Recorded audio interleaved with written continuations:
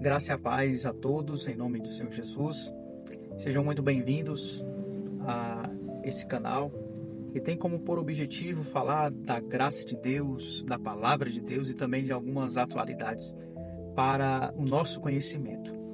Em 2024 foi feito o levantamento dos dados, então os dados que eu estou trazendo aqui são dados oficiais.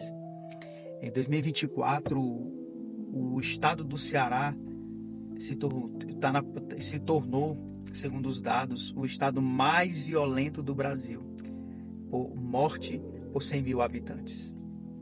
E Fortaleza, a capital, se tornou a terceira cidade mais violenta do Brasil, perdendo para o Rio de Janeiro e Salvador.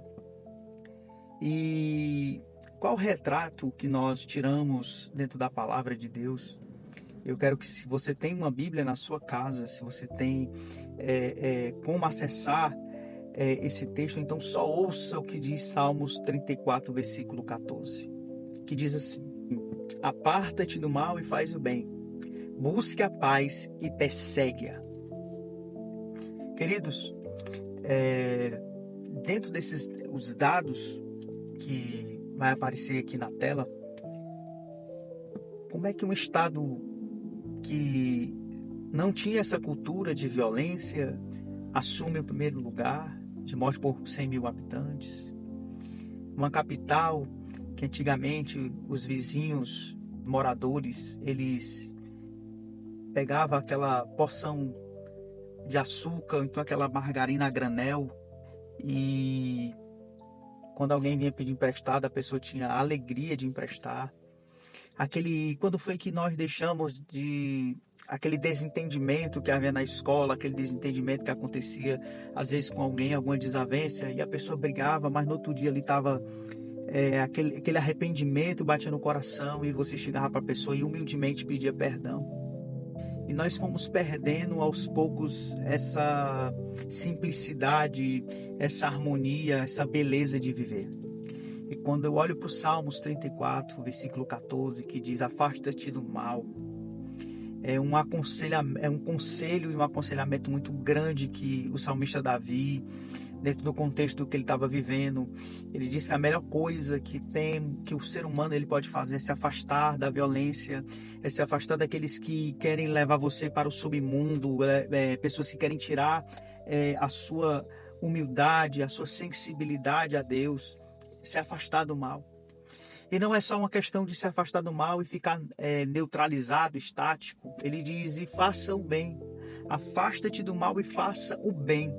Ou seja, pratique o respeito, pratique a honestidade, pratique a verdade, pratique a honra, pratique o carinho, pratique levantar aquele que está caído, aquele que está triste, aquele que está indo para a sarjeta, para o submundo. Então, faça o bem a essas pessoas, mostrando a luz, a verdade do Evangelho para elas.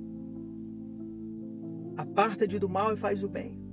Busque a paz. Tem que ser buscada a paz e segue-a. Ou seja, tem que ser algo com afinco, com firmeza, com perseverança. Tem que ser buscada. E olhando para esses dados, muito me entristeço, porque se você pode colocar a culpa talvez na política que nós estamos hoje, mas isso não é só uma questão política, meus amados. Isso é uma questão espiritual. Desde o momento em que o ser humano ele vira as costas para Deus, e desde o momento em que o homem ele passa a ser hedonista, a valorizar o ter, a valorizar o prazer, seja ele qual for, a sensação, em vez do respeito, em vez do amor e da graça, da partilha, da compreensão, da concordância, da harmonia, do querer o bem ao próximo, o fim que nós estamos chegando é trágico. É de morte, é de suicídio, é de homicídio, é de feminicídio, é de violência, de gritaria, de zombaria, de desordem. E isso é o reflexo espiritual do qual essa nação está vivendo. E eu quero um despertamento. Eu oro para que Deus ele traga um despertamento no nosso ser, para que nós não venhamos cair nos laços do inimigo da nossa alma. Então, meus amados irmãos, que venhamos orar mais pela nossa nação. Você que, porventura, está indo por caminhos escuros, por caminhos que levam você à perdição, a partir de hoje, toma uma decisão no seu coração e aparta-te desse mal e busque a paz em Deus, em Cristo Jesus. Ele tem a verdadeira paz, a verdadeira segurança, a verdadeira honra, a verdadeira autoridade está no Senhor Jesus.